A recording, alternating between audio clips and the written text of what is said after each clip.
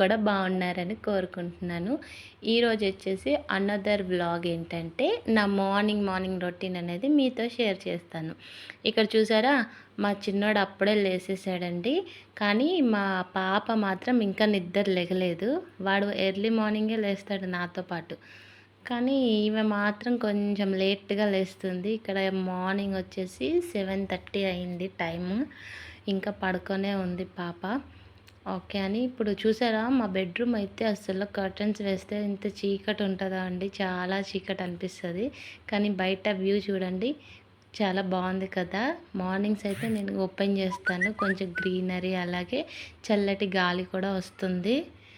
ఇంకా అప్పుడైనా పాప లేస్తుంది కొంచెం అని చెప్పి విండో ఓపెన్ చేశాను.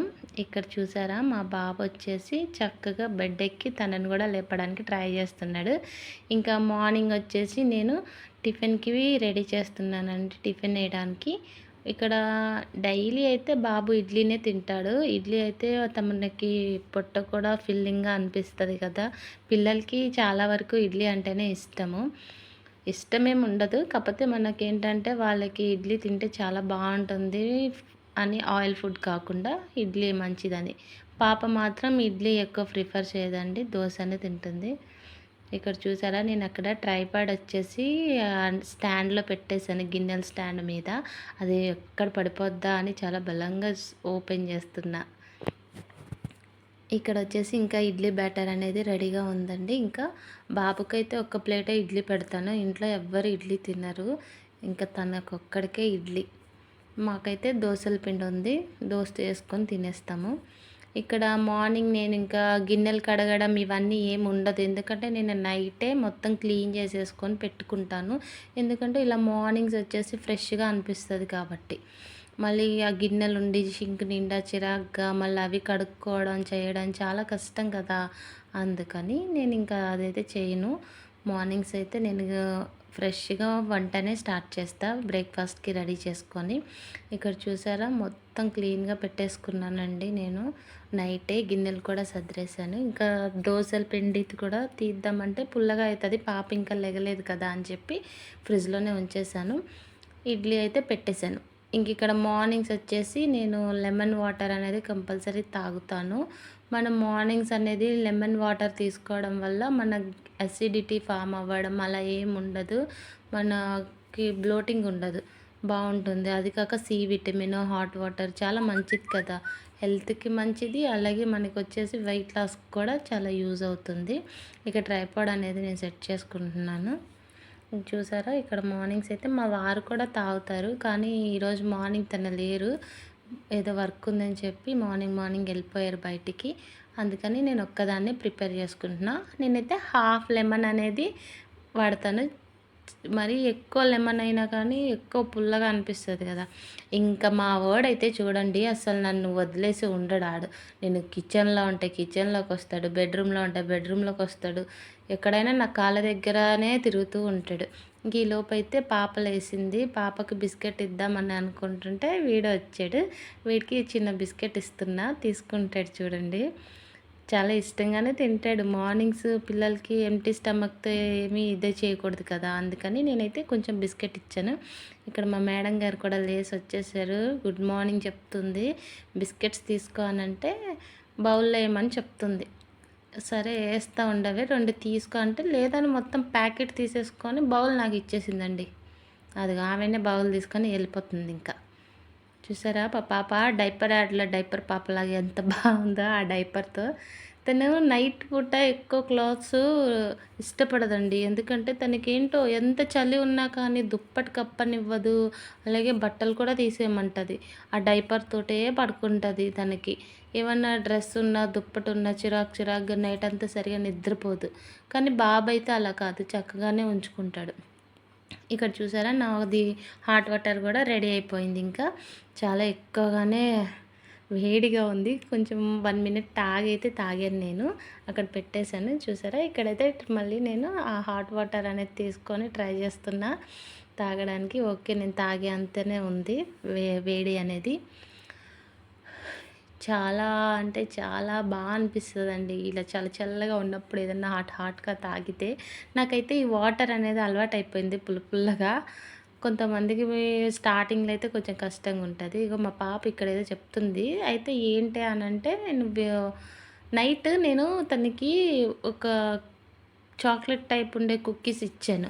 అవి కావాలని ఏడుస్తుంది. లేదమ్మా అది అయిపోయిందంటే వినట్లేదు. నేను ఉయ్యాల చూడు ఎలా తిప్పేస్తాను అది ఇది అని అంటుంది. ఇక్కడైతే ఇంకా లెమన్ వాటర్ తాగేసాను.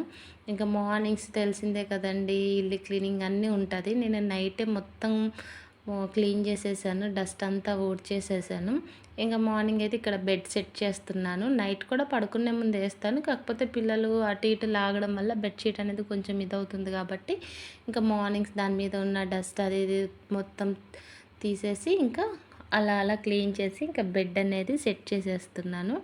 ఎంత సెట్ చేసినా చిన్న పిల్లలు ఉన్న దగ్గర ఖరాబ్ అయితేనే ఉంటదండి. మళ్ళీ వాళ్ళొచ్చి అదే రిపీటెడ్‌గా చేస్తారు. కానీ మనకు కొంచెం ఓసీడీ ఎక్కువ గదా! అందుకని తప్పదు. అప్పుడప్పుడు క్లీన్ చేస్తూనే ఉంటా మళ్ళీ దాన్ని.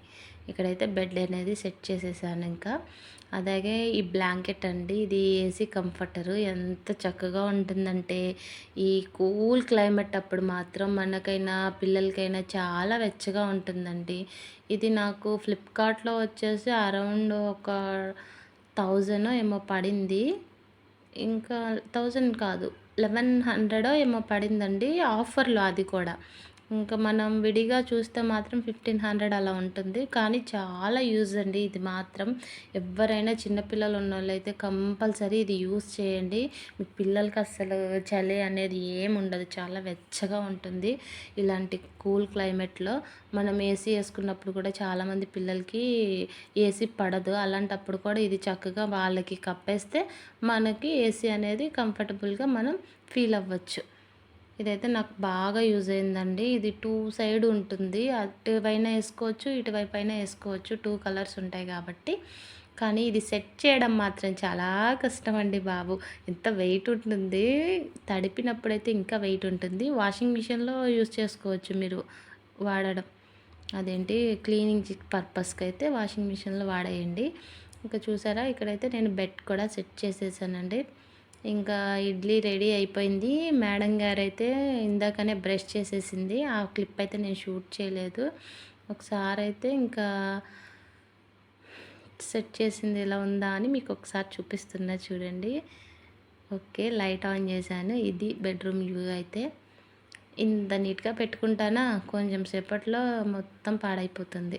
ఇక్కడ మా పాప ఏదో చెప్తుంది నాకు. కానీ అక్కడ వెనకాల నాయిస్ వస్తుందని పెట్టలేదు. బిస్కెట్ గురించి చెప్పి హాయ్ ఫ్రెండ్స్ నేను బిస్కెట్ తింటున్నా అది ఇది అని అంటుంది. ఇక్కడైతే నేను ఇంకా ఇందాక వాటర్ అనేది పెట్టేసి ఉంచుకున్నాను కదా!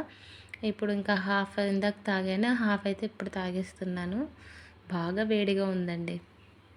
చూసారా ఇంకా పాపకి దోస ఏసిస్తున్నాను. నేను కూడా దోసనే తిన్నాను ఆ రోజు. ఆమెకి ఎగ్ దోస కావాలంట. ఈ మధ్య పిల్లలు కొంచెం ఎదిగితే చాలండి. మనం పెట్టే హెల్తీ ఫుడ్ కన్నా చిన్నగా ఉన్నప్పుడైతే ఏ ఇడ్లీ పెట్టినా లేదా మంచిగా రాగి జావ టైప్ చేసి పెట్టినా హ్యాపీగా తినేసేవాళ్ళు. కానీ కొంచెం ఎదిగిన తర్వాత వాళ్ళు అడిగిన టిఫిన్ అయితేనే వాళ్ళు తింటారు. లేకపోతే మాత్రం ఇంకా తినకుండా మారం చేసేస్తుంటారు. ఇప్పుడు ఈమె గారికి దోస ఏస్తా అంటే, లేదు మమ్మీ నాకు ఎగ్ దోస కావాలంది. ఇది ఇంత ఏజ్‌లోనే ఎగ్ దోస కావాలి, నార్మల్ దోస, ఆనియన్ దోస ఎన్ని తెలుస్తున్నాయండి పిల్లలకి అసలు. మన డేస్‌లో అయితే ఇలా అడిగేవాళ్ళమా మనం? మన పేరెంట్స్ ఏది పెడితే అది తినేసేవాళ్ళం 90 కిడ్స్. కానీ 20స్ కదా! వీళ్ళు ఇలాగే ఉంటారు. ఓకే. ఇక్కడైతే ఎగ్ దోస అనేది నేను ఎక్కువ కారం అయితే యాడ్ చేయలేదండి. కొంచెం లైట్‌గా ఇదైతే మసాలా కారం అండి. ఇందులో వెల్లుల్లి, ధనియా పౌడర్ అన్నీ ఉంటాయి. కాబట్టి కొంచెం లైట్‌గా యాడ్ చేశాను. మళ్ళీ ఎక్కువ కారం అయినా గానీ "నువ్వు చూసావా కారం ఏసేసావు" అని అంటది ఆమె గారు. అందుకని కొంచెం కారం, కొంచెం సాల్ట్ యాడ్ చేసేసి ఆయిల్ ఏసేసుకొని చక్కగా దోస అనేది అయిపోతుందండి. పిల్లలైతే ఇష్టంగానే తింటారు ఇలా చేస్తే. మా పాప అయితే మాత్రం చాలా బాగా తింటుంది. ఆమెకి దోసగా ఇవ్వకూడదు. కానీ కొంచెం చల్లగా అయిన తర్వాత పీసెస్ లాగా కట్ చేసేసి ఇవ్వాలి. ఇలా 2 సైడ్స్ రోస్ట్ చేసుకోవాలి.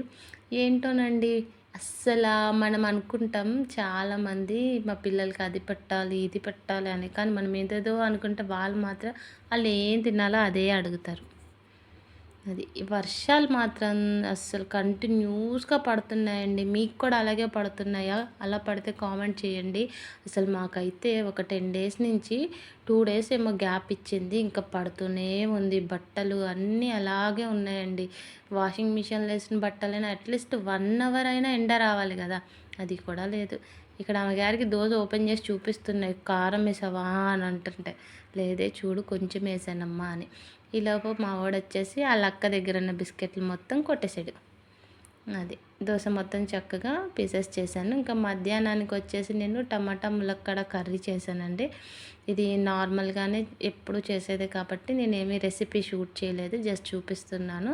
ఆనియన్స్ అలాగే టమాటో ఇవి ములక్కాడ ఏసేసి ఆయిల్‌లో బాగా మగ్గనిచ్చేసేసి లైట్‌గా సాల్ట్, కరివేపాకు ఏసేసి ఉంచాను. ఇంకిప్పుడు లాస్ట్‌లో మనకి కారం అది యాడ్ చేసుకోవాలి. ఈలోపు మా వోడు చూడండి చైర్ లాక్కొస్తున్నాడు. అస్సలు నిజంగా అండి లిటరల్లీ ఒక్క పని చేయాలన్నా కానీ నేను ఒక 2, 3 టైమ్స్ పడుతుంది.